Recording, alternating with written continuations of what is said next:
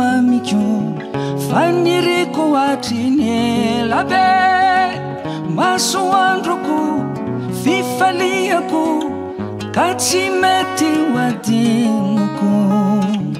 isekely ihany no fitaratra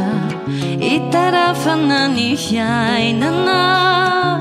na ny masonao na ny tsikinao manome fanantenana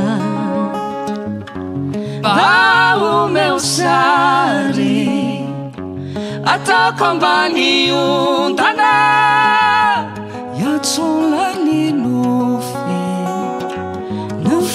nofitsika roa misy zavatra tsy laitrako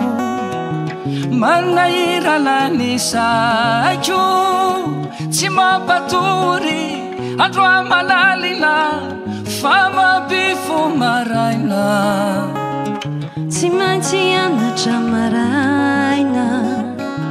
boliverina ny ariva de itsena sy anaty trano sao misy manadala mampivezivezy ianao sy ny fianarana nefa ny fiainana tsy vita ny fitiavana isakely nefa tsy voky na de mampijaly foana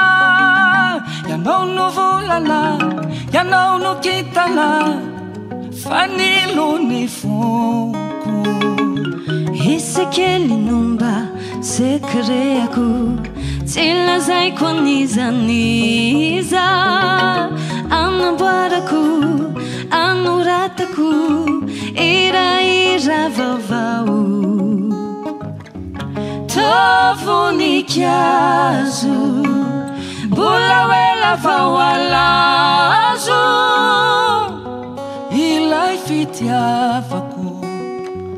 ny fitiavana